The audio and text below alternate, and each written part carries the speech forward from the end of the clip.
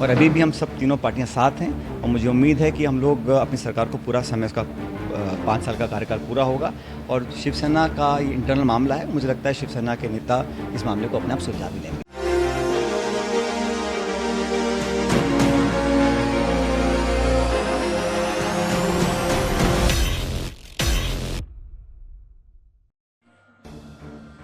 महाराष्ट्र में सियासी उलटफेर के चर्चे मध्य प्रदेश से लेकर राजस्थान तक हो रहे हैं।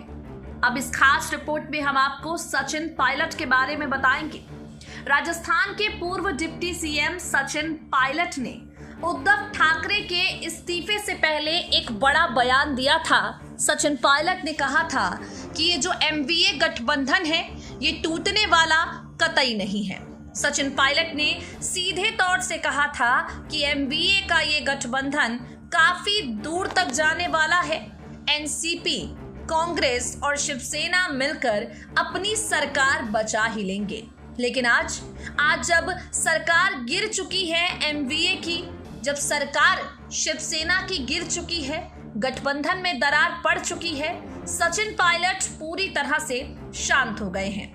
आपको बता दें, सचिन अपने ट्विटर हैंडल पर ट्वीट कर रहे हैं, बीजेपी की नीतियों पर सवाल उठा रहे हैं। लेकिन सचिन पायलट ने अब तक एक भी बयान ना तो देवेंद्र फडणवीस को लेकर दिया है, ना एकनाथ शिंदे को लेकर दिया है और ना ही एमवीए गठबंधन को लेकर दिया है।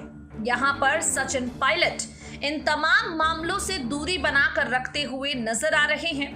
जिस गठबंधन के बचने का दावा सचिन पायलट कर रहे थे, आज वो गठबंधन टूटने की कगार पर पहुंच गया है, क्योंकि सत्ता को लेकर गठबंधन हुआ था और सत्ता हाथ से जा चुकी है। सचिन की चुप्पी एक अलग ही तरह के संकेत को जन्म देती है। वहीं दूसरी तरफ चलिए अब आपको सुनाते हैं कि आज सत्ता जाने के बाद जो सचिन खामोश हो गए हैं, वो बगावत के दिनों में किस तरह से गठबंधन के बचने की बात कर रहे थे। सुनिए जरा। प्रदेश में सरकार को रिपीट कर पाएंगे तो मेरा तो एकमात्र लक्ष्य ये है कि कार्यकर्ताओं को सम्मान मिलता रहे। कांग्रेस की सरकार बाकी राज्यों में रिपीट हुई है।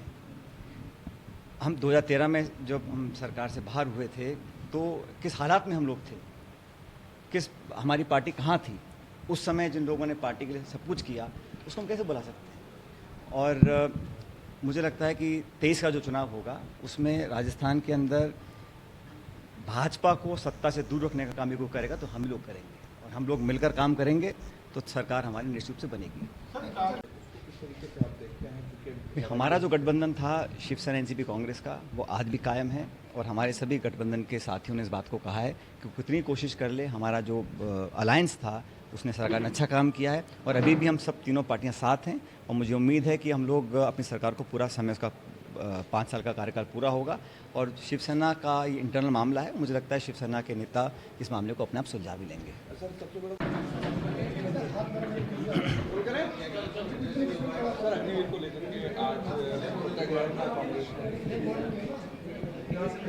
देखिए, कुछ दिन पहले भारत सरकार ने जो योजना की घोषणा करी है उसका समूचे भारतवर्ष में विरोध हो रहा है और दुर्भाग्यवश ये विरोध हिंसक हुआ।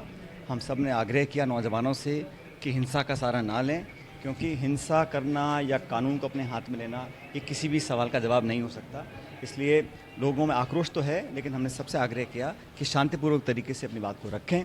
और कांग्रेस पार्टी ने आज निर्णय लिया है कि देश में जितनी विधानसभाएं हैं हर जगह हम सब अपने अपने जो जनप्रतिनिधि हैं वहाँ पर जाएंगे, संवाद करेंगे और जो बिना सोचे समझे इस अग्निपथ स्कीम को थोपा जा रहा है उसका एक जेन्युइन विरोध है लोगों के अंदर, उसको हम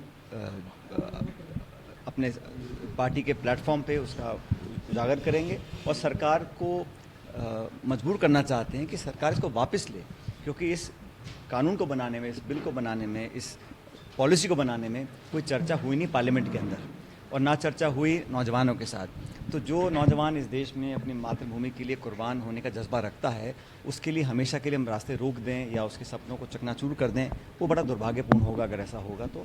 और फौज में भर्ती कौन होते हैं? जो ग्रामीण परिप्रेक्ष्य में रहते हैं लोग, नौजवान जो किसान हैं, गरीब परिवार के लोग, बच्चे हैं, वो उनकी एक तमन्ना होती है कि वो वर्दी पहने फौज में जाएँ।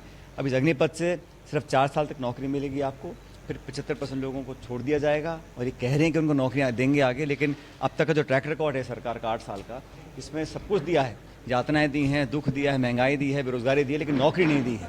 तो 4 साल के बाद उनको नौकरी मिल पाएगी, बहुत बड़ा सवाल है, क्योंकि जो अर्धसैनिक बल हैं अभी उनमें बहुत सारी वैकेंसीज़ हैं, फ़ौज में 1.25 लाख पद खाली पड़े हैं और हम लोग चाहते हैं कि आर्मी का रिफॉर्म हो। फ़ौज को अगर उसको आधुनिकीकरण करना है, उसमें कुछ निवेश करना है, नौजवानों की हमारे आयु सीमा जो औसत आयु है उसको कम करना है, उस सब में हम समर्थन करने को तैयार हैं, करते भी आए हैं।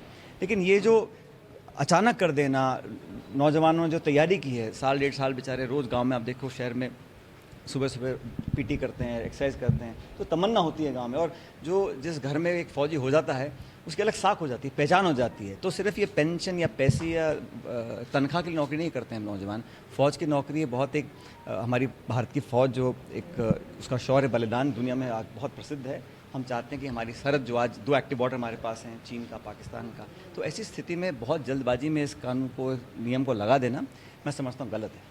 सर, महाराष्ट्र में जिसके बाद इसलिए भी है कि अभी गहलोत साहब का एक बयान जो है वो सुर्खियों में रहा।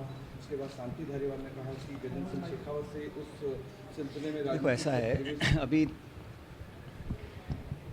कुछ दिन पहले दिल्ली में कार्यक्रम हो रहा था, तो वहाँ पे हमारे कांग्रेस पार्टी के पूर्व अध्यक्ष राहुल गांधी जी हैं। राहुल गांधी जी ने मन से मेरा जो धैर्य है उसकी प्रशंसा कर दी थी।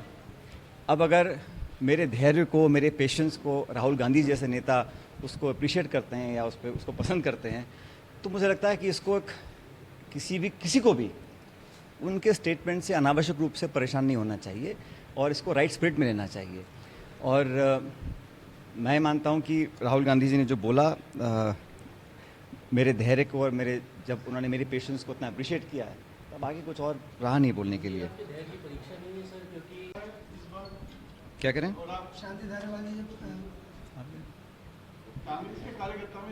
भाई जहाँ